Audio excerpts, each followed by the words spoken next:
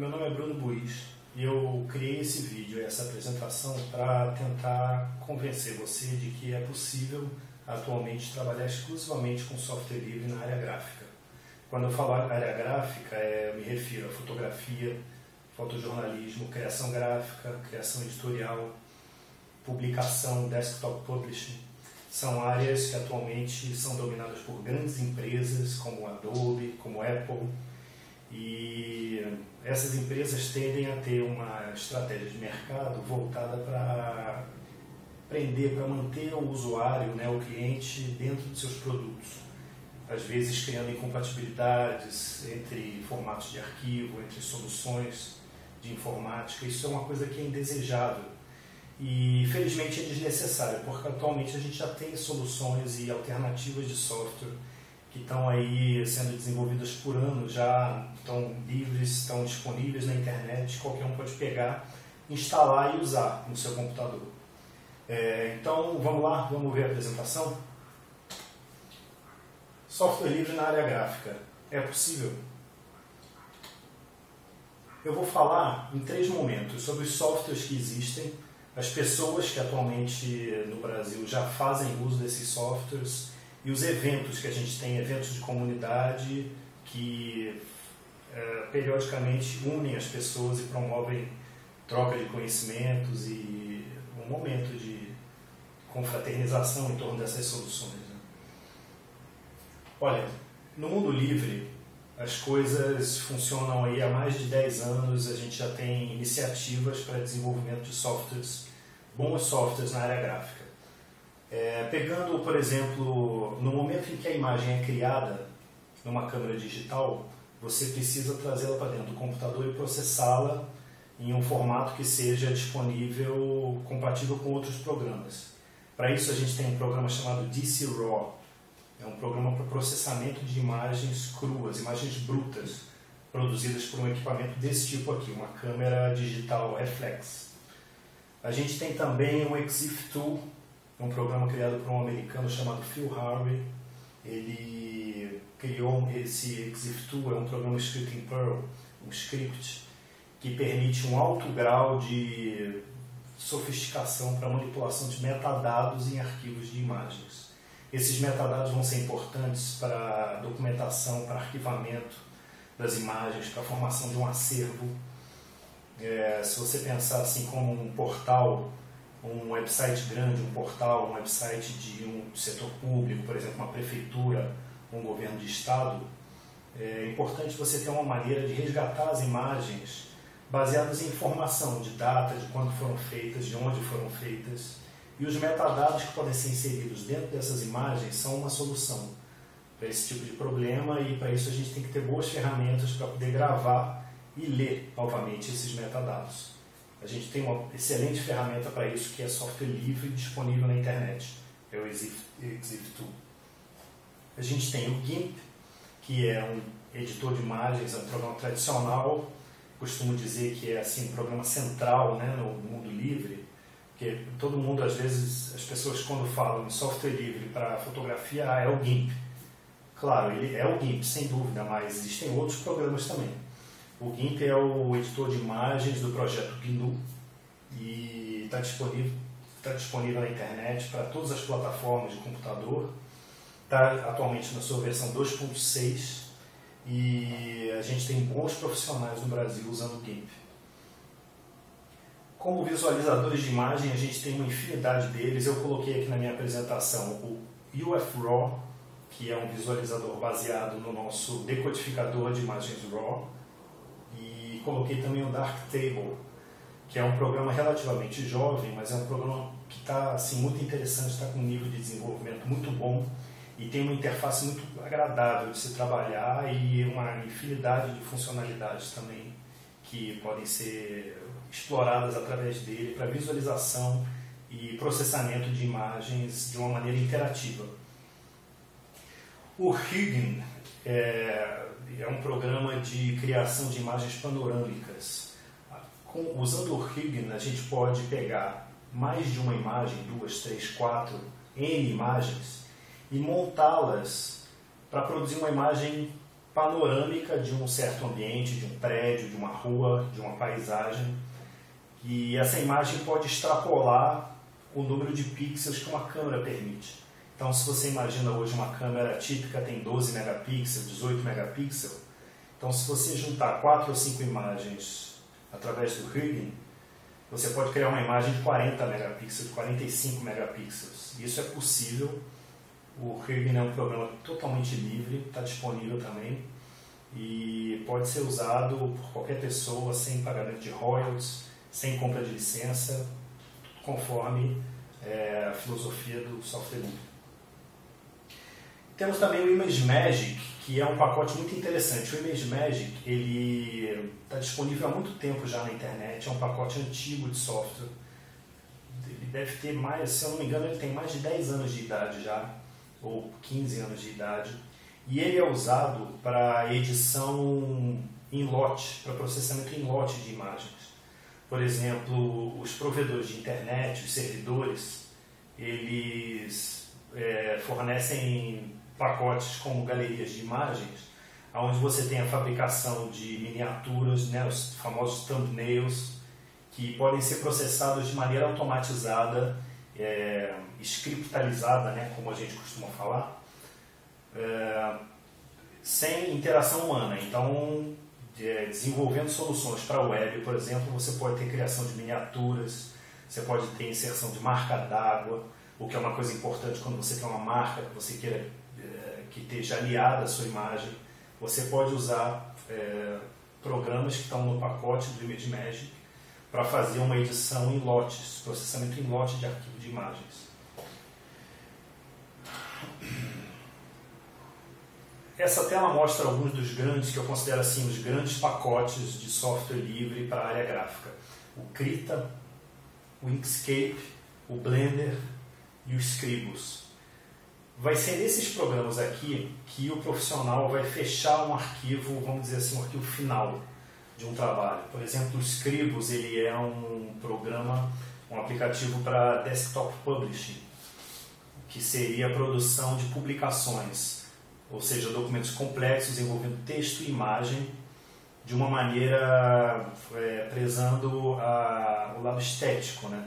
A sofisticação na diagramação, no layout, com fontes, com riqueza de fontes, com riqueza de fundos, com tratamento de imagem, com colocação de quadros para imagens, retranca, tabela, todos os recursos que são necessários, por exemplo, na área jornalística, na área de mídia, de moda, de publicidade. O Scribus é a nossa alternativa livre, é um programa que também está com um desenvolvimento muito interessante, a gente tem profissionais bons no Brasil usando ele.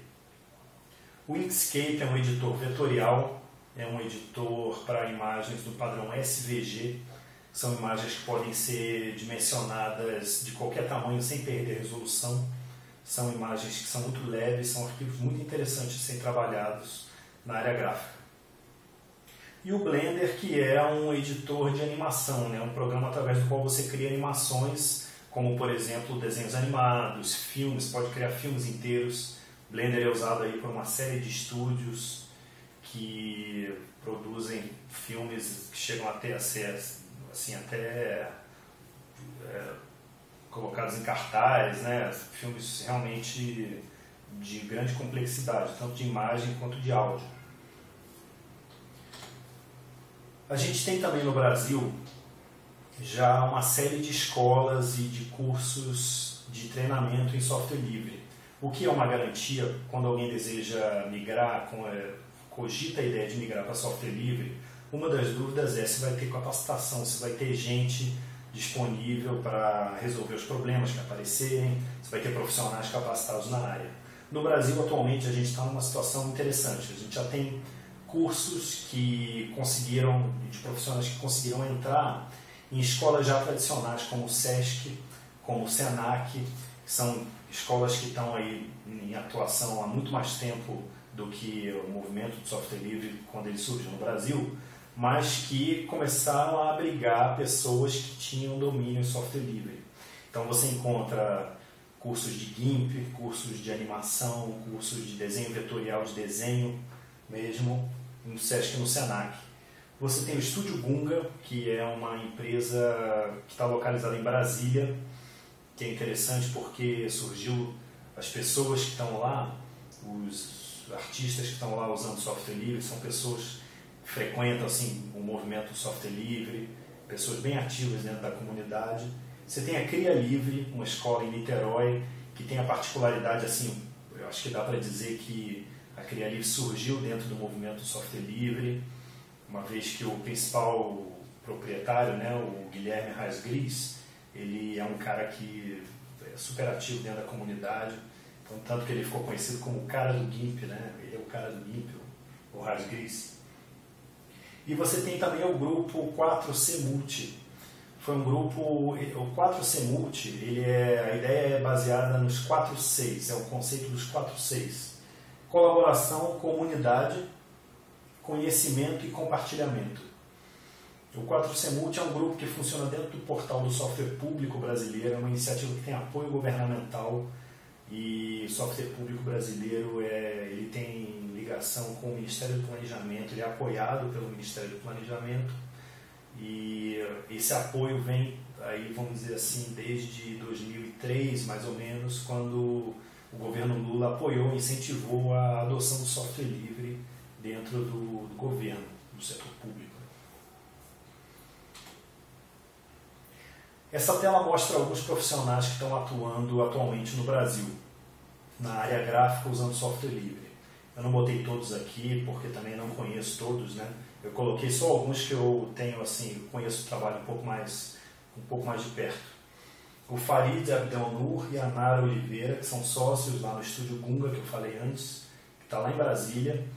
Eu assisti uma palestra dos dois, do Farid e da Nara, no CONSEG, Congresso de Governo Eletrônico e Software Livre, que foi lá em Brasília.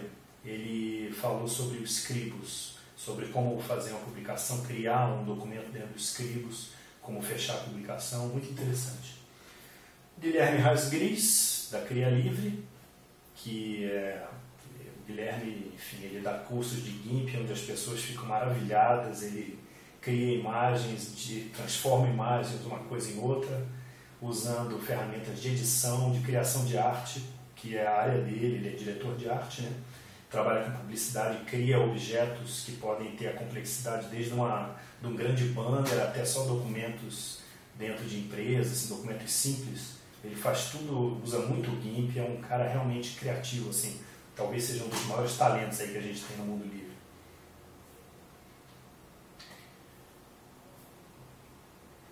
A gente tem também o Carlos Eduardo Matos da Cruz, é um cara que está lá no Rio de Janeiro, também conhecido como Cadu Nico. Ele é o principal articulador do GNU-Graph, que é um evento que tem lá no Rio, e ele é designer. Ele palestrou sobre criação de imagens dentro do GIMP também, e usando o Inkscape.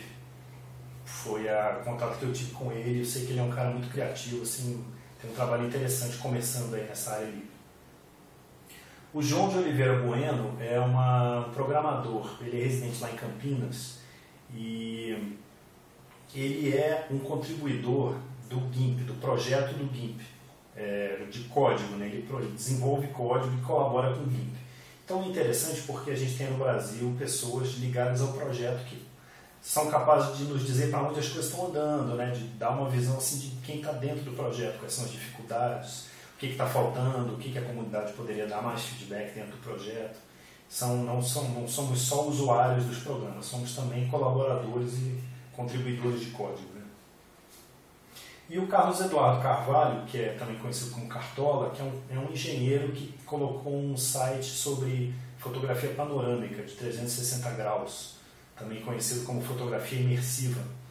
Ele pega várias imagens e cria imagens que fazem a pessoa, o espectador, sentir como se estivesse dentro da imagem. É um efeito semelhante mais ou menos ao Google Street View, quando você coloca o Google na imagem da rua, a sensação que você tem com as imagens do Carlos Eduardo é mais ou menos essa também.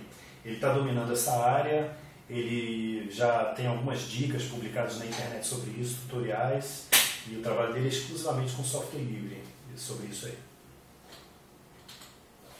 E a gente também tem no Brasil eventos de software livre na área gráfica.